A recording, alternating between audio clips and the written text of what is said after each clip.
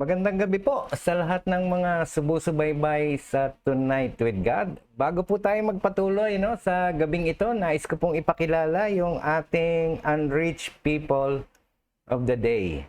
Ang atin pong ipagpe-pray ay yung mga nasa Turkey. Ang pangalan po ng kanilang people group ay mga Turkish Cypriot people na nasa United Kingdom. Yun pong modern day mga Turkish immigrants na ito na galing po ng Cyprus ay mga descendants ng original na people na nandun sa Turkey. Yung mga Turkish Cypriots po, they began to relocate to the United Kingdom in the 1920s when residents of Cyprus became subjects of the British Crown. And later, naging mga immigrant sila at nag-immigrate sila ng 1950s hanggang 1960s for economic advantages and for education. At yung iba tumakas sa political problems sa Cyprus at that time. Yung mga Cypriots na nasa United Kingdom continue to maintain yung kanilang sense of community at meron silang pinapakitang hard work. They strive for involvement in British life while maintaining their Cypriot identity and culture. Halos lahat po sa mga Turkish Cypriot ay practicing Muslim. Kaya they follow Islamic belief. Yung identity nila is closely tied with the Islamic religion. Kaya dapat tayo talagang mag-pray dahil according to the latest survey, walang mananampalataya sa kanila so that their eyes and spiritual awareness ay ma-open sa teachings na nasa Bible. Ganda rin yung mga Christian radio broadcast katulad ng at saka yung Jesus film na available in the Turkish language. Samahan niyo po ako, tayo manalangin para sa ating unreached people of the day. Hallelujah. Father in heaven, we come to you this evening and we pray for an extremely small number of Turkish Cypriots who identify as Christians doon sa United Kingdom. We pray for fervent believers to reach out in faith and to love to the Muslim Turks among them. We pray for spiritual hunger among the Turks that will be satisfied by none other than our Savior, the Lord Jesus Christ. We pray for a disciple-making movement among Turkish Cypriots to spread far and wide throughout Europe. Bless your words as we listen to them. May our learnings make us more faithful for your glory. In the name of Jesus we pray. Amen and amen.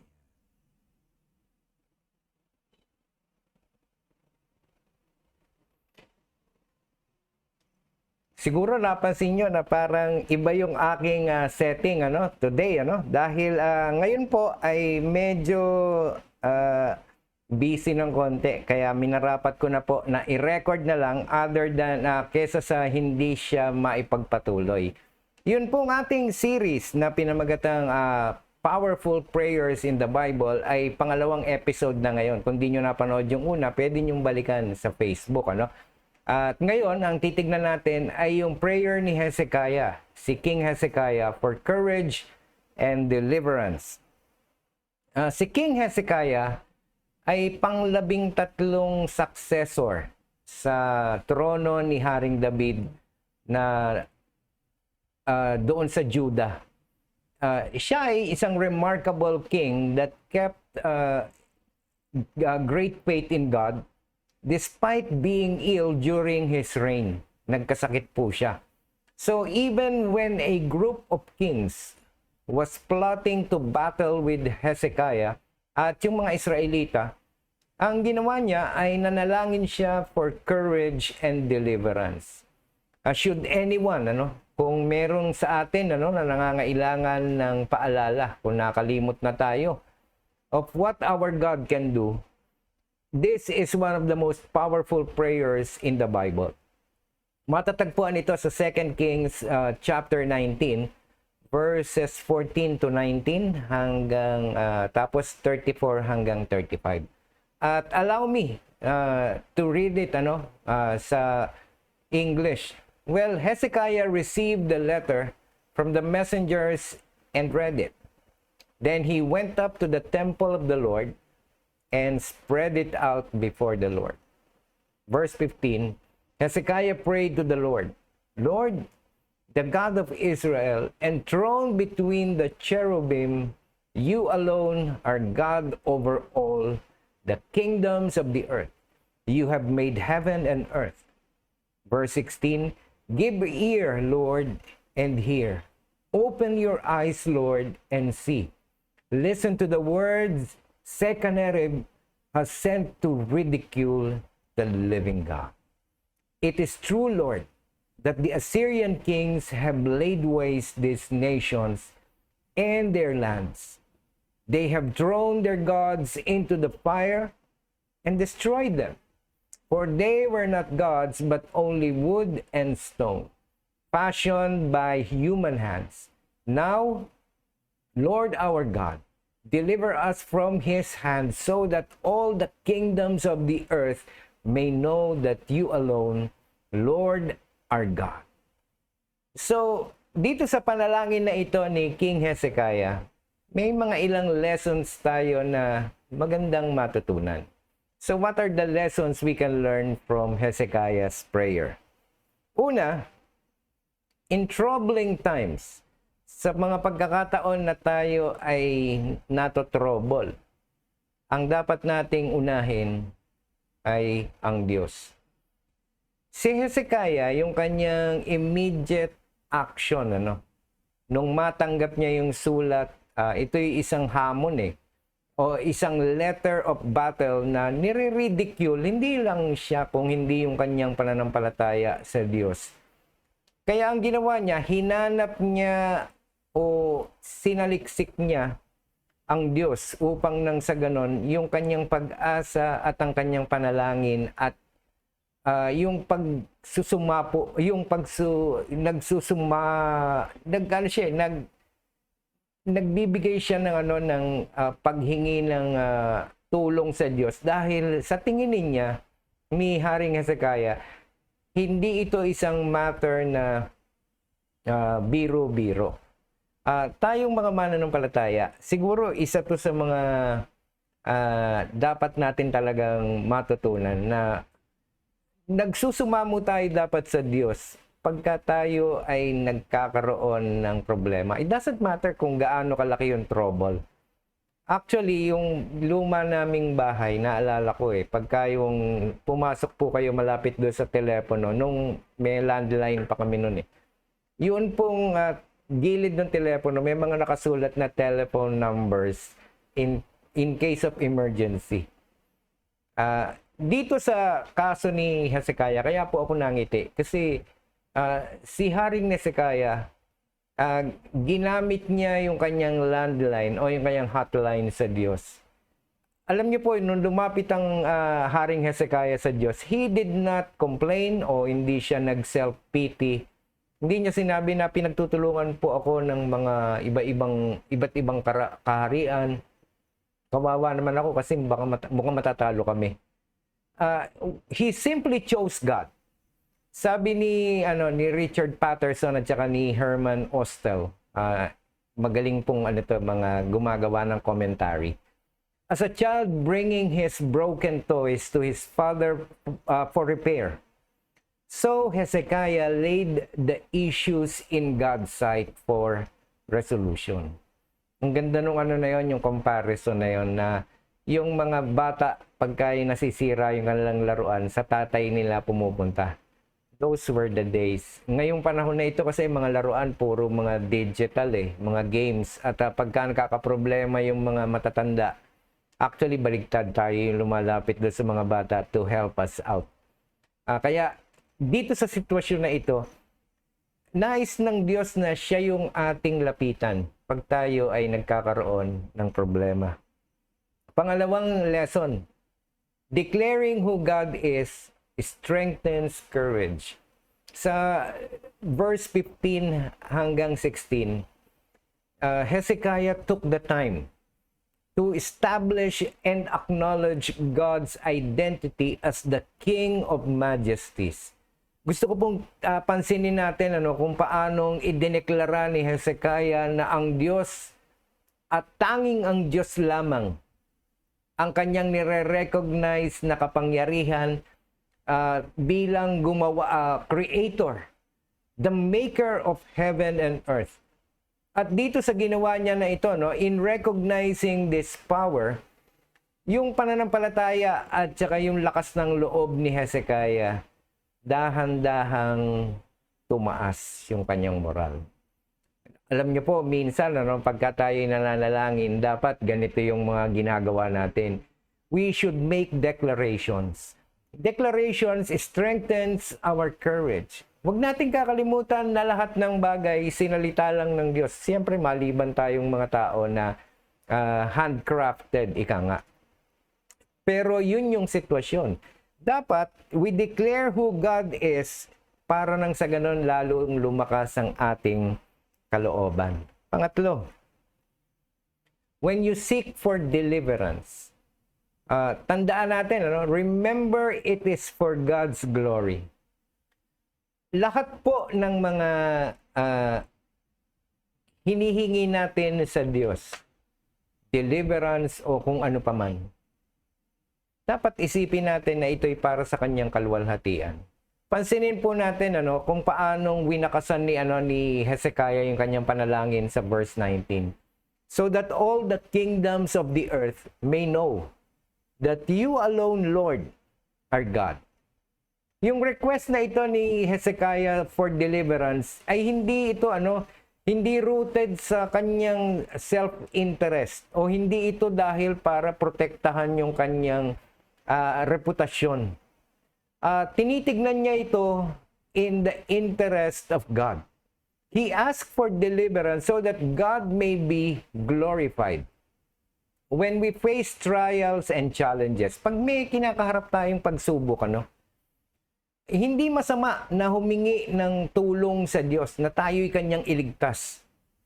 Pero yung pinakamahusay na mga panalangin o yung paglapit, pagsusumamo sa kanya, ay para mabigyan natin siya ng kaluwalhatian. This is why the Lord's Prayer begins with, Hallowed be thy name. At nagtatapos sa, For thine is the kingdom, the power, and the glory forever and ever. All glory to our God. Iyan yung talagang dapat nating sinasambit. Pang-apat, when you seek for courage, dapat meron kang certainty o meron kang katiyakan. When we ask for God for courage and deliverance, always be certain. Huwag kang mag-aalinlangan. Do not doubt, for if we doubt, kung tayo'y mag-aalinlangan, we will be like waves in the sea, blown and tossed around, katulad nung binanggit ni James sa James chapter 1 verse 6. Kailangan i-set natin o i-focus natin yung ating spiritual eyes and heart on God with unwavering faith. For God goes with us and has gone before us. So, wag tayong matakot. Yan yung sabi niya sa Deuteronomy chapter 31 verse 6 to 8. At every trail up ahead, sa lahat ng landas na ating patutunguhan, nahando na ang Diyos at nag-aantay para sa atin at siya ay handa kailanman. Sa susunod po nating episode 3, ay pag-uusapan natin yung panalangin ni Hannah. It's a prayer of adoration and praise. Aming Diyos, salamat po sa pagsama niyo sa amin sa gabing ito. Hayaan niyo po na ang bawat isang nahandito ngayon ay tunay na mapagpala at lahat ng aming panalangin tunay nga na ito po'y gawin namin o ito'y maging resulta ng inyong kapurihan, Panginoon. Again, Lord, we would like to bless you. In the name of Jesus we pray. Amen and amen. Yan. Tayo po'y mananalangin na at ang atin pong pananalangin dahil ngayon ay Friday, medyo may kahabaan. Ayan, nakalista po doon sa, yan, dito sa gilid na to. Yan, ang ating mga prayer list. Pasensya na po, hindi ito live, kaya ang mangyayari, kung meron kayong mga prayer request, hindi naman bawal ilagay doon sa comment section eh. At pag nakita ko po iyan, ipagpe-pray ko personally. At pwede rin po siguro na habang inililista po ninyo, kung meron kayong mapansin na iba pa na naglista, marapat na isama po natin sa ating personal prayer para mabigyan ng kaluwalhatian ang Diyos. At sana po yung mga answered prayers ay magbigay din tayo ng panahon para i-message naman po ako o si Pastor Pangkoy o si Ate Lani para alam namin na, uy, tapos na pala. Sige po, samahan niyo po ako at tayo'y manalangin sa oras na ito. Hallelujah. Ama naming Diyos, tinataas po namin sa iyo ang bawat isa na narito ngayon. At sa mga oras pong ito, tinataas po namin ang featured church ng buwan ng Agosto. Ito po ang MMIM Vista Verde. Sa pangunguna po ng inyong lingkod at ang aking buong sambahayan, aking wife si Lani, aking mga anak si Enzo at saka si Portia. Lord, una po sa lahat, tinataas ko sa iyo si Enzo at saka si Portia. Pagalingin niyo po sila, Panginoon, sa kanilang mga karamdaman. Ganon din ang aking wife, Panginoon. Lord, panatiliin mong malakas ang kanyang katawan. I also pray para sa aming associate pastor, si Pastor Pangkoy, sa kanya pong wife na si Liz, kanyang mga anak na si Hans at saka si Gabe. Pagpalain niyo po siya at ang kanyang buong sambahayan. Ilayo mo siya sa anumang sakuna, sa anumang karamdaman, Panginoon. Ganon din ang kanyang buong sambahayan. Sa amin pong church, Lord, we pray na lumalim pa at lalong lumawak ang pagkakakilala ng bawat isang mananampalataya at mga kamanggagawa sa iyo habang kami po ay naglilingkod sa inyong kaharian. We also pray na yung aming youth service ay manumbalik, Panginoon, tuwing araw ng Sunday. At nawa, magkaroon na rin po kami ng online na midweek service. We also pray na makalahok, Panginoon, do sa church planting ng MMIM. At bagamat nakapag-plant na kami ng church before, Lord, we pray for your guidance to be upon us, O God. Sa mga oras ding ito, tinataas po namin sa iyo ang cluster 4 churches ng MMIM na pinangungunahan po ng Pastor Jerry Angeles ng Villa Palau.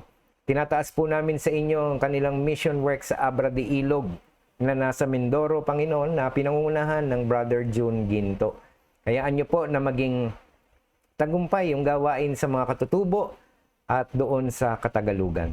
Tinataas din po namin sa iyo ang gawain sa Datag, Catanduanes na pinangungunahan po ng Pastora Eden Manayan at yung iba pang mga gawain sa Viga na kanya pong sinisimulan.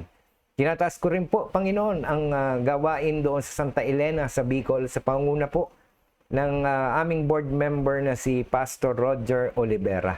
Ingatan niyo po ang buong Cluster 5 nawa ang niyo pong kapurihan ay kanilang laging maitaas, Panginoon. Ganon din sa mga oras na ito, tinataas po namin sa iyo ang Cluster 5 o yung mga churches sa ibang bansa. Lord, hayaan niyo po na yung mga gawain sa Japan na pinangungunahan po ng Pastora Marion Maida ng Asia, Panginoon, ay patuloy niyong pagpalain. Ganon din yung gawain sa Kobe na pinangungunahan po ni Sister Hannah Jobli. Ingatan niyo rin po yung aming mga misyonero na nasa Amerika, si Pastor Joey o si Reverend Joshua Chua, kasama ng kanyang sambahayan, si Sister Gina at saka si Sister Vane na nandun sa Hawaii. Ganon din ang aming pong misyonero sa Florida, USA, si Reverend Jeff Jobli at ang kanyang may bahay na si Sister Tess. Pangunahan niyo po ang kanilang mga buhay at nawa, tunay na gamitin niyo po sila para lumawig pa ang inyong gawain doon sa ibang bansa. Sa mga oras ding ito, tinataas po namin sa iyo ang aming mga national ministry focus, katulad po ng National Worship Ministry na pinangungunahan ni Pastor Verosel ng MMIM North EDSA. Ingatan niyo po siya at ang kanyang buong sambahayan, Panginoon. Nawa ang kanya pong paglilingkod sa iyo ay tunay na maging kaaya-aya. Lahat po ng mga worship team ng iba't ibang local churches ay nawa mapangunahan po sa pamamagitan ng direksyon na binibigay ng Pastor Ber. Inataas din po namin sa iyo ang National Media Ministry na pinangungunahan ng amin pong tagapanguna na si Pastor Rakit, Panginoon. Nawa, yun pong mga gawain katulad ng Celebrating Life, yung ASAP, yung mga online na midweek at online Sunday services. Kasama na rin po yung mga gawain katulad nitong Tonight with God. At right now, we are praying dun sa parating na National Online Prayer Meeting sa September 2. Ingatan niyo po ang lahat ng mga national ministries na ito at nawa tunay na kayo po ang aming mapaglingkuran sa lahat ng pagkakataon. Tinataas din po namin sa iyo ang 21st National Anniversary sa parating na September 24. Nawa ang amin pong venue, yung University of the Philippines, ay nakahanda na. At nawa ang lahat po ng dadalo ay dumalo ng may kagalakan sa kanilang mga puso. Sa mga oras na ito, tinataas po namin sa iyo yung aming mga urgent and persistent prayer request. Ingatan niyo po si Sister Sharon, Panginoon, na may schedule na maraspa this coming September 22. Nawa ang iyo pong kamay ay lagi nasa kanya. Provide for all her needs at lagi niyo po siyang ingatan. Kagalingan din po para kay Sister Connie Puebla na nakalmot ng pusa kahapon. Ganun din, Panginoon, ang aming dalangin para kay Sister Merly na didiwang na kanyang birthday ngayon. Lord, let your hand be upon her. Pagalingin mo rin po siya mula doon sa kalmot ng pusa na kanyang dinanas at pagpalain mo po siya sa kanyang kaarawan sa araw na ito. Ganun din, Panginoon, si Pastor Ray na nagdiriwang ng kanyang kaarawan ngayong araw na ito. Let your hand be upon him, O God, at nawa ang inyo pong biyaya ay patuloy niyang maranasan kasama ng inyo pong pag-iingat at direksyon sa kanya pong mga ministeryo. Patuloy na kalakasan po para sa Nanay Vita del Rosario ang aming dalangin. Gana rin para sa kagalingan at provision para kay Sister Lucileta Veldner na nasa Germany. Tinataas din po namin sa panalangin ang Ong family. We pray for protection and good health para kay Brother Irving, kay Sister Jennifer, at sa kanilang mga anak, si Jasmine at saka si Jelina. Patuloy na kalakasan ang aming dalangin kay Cesar, Panginoon, habang nag-aantay siya ng donor para sa kanyang heart transplantation doon po sa Canada. Nawa, lahat po ng merong anxiety disorder and other mental health concerns ay palakasin po ninyo ang kanilang kalooban at ang kanilang spiritual na buhay.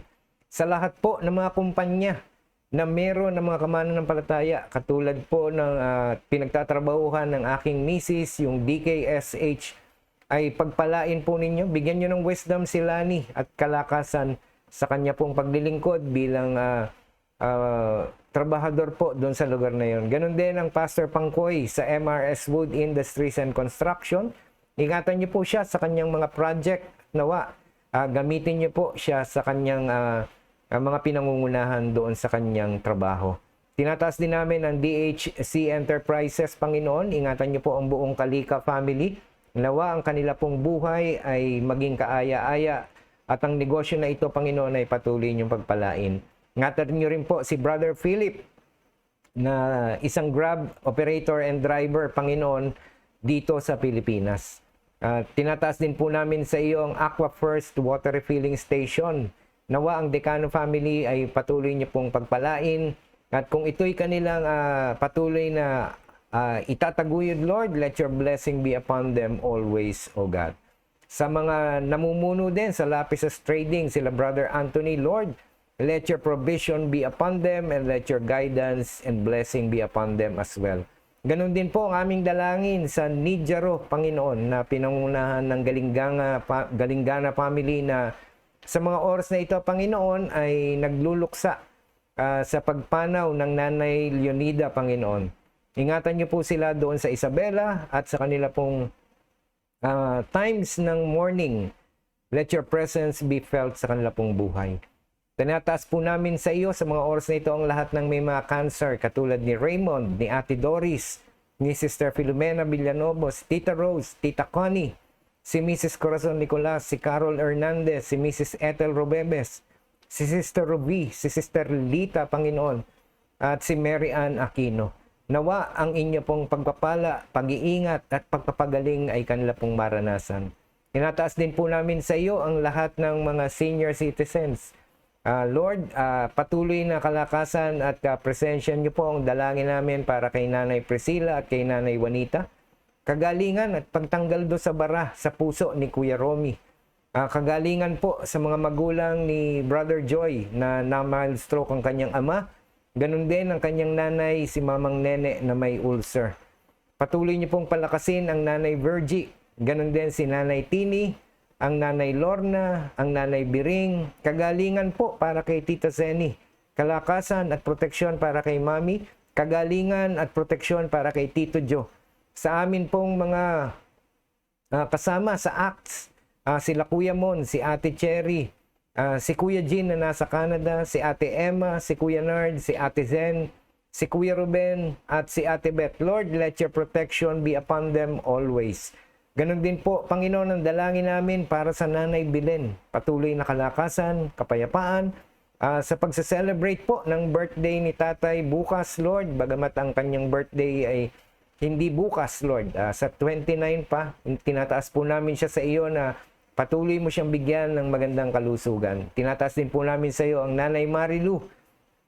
Ganon din ang iba pang mga miyembro ng aming prayer warrior sa church, si Nanay Delia, si Nanay Perla, si Nanay Lilia, si Ate Lina, at si Ate Tess na ngayon ay nasa New Zealand. Let your protection be upon them always, and may your presence be felt sa kanila pong pagmiministeryo. We also pray para sa aming bansa. Lord, nawa ang amin pong Pilipinas na mahal ay patuloy niyong pagpalain.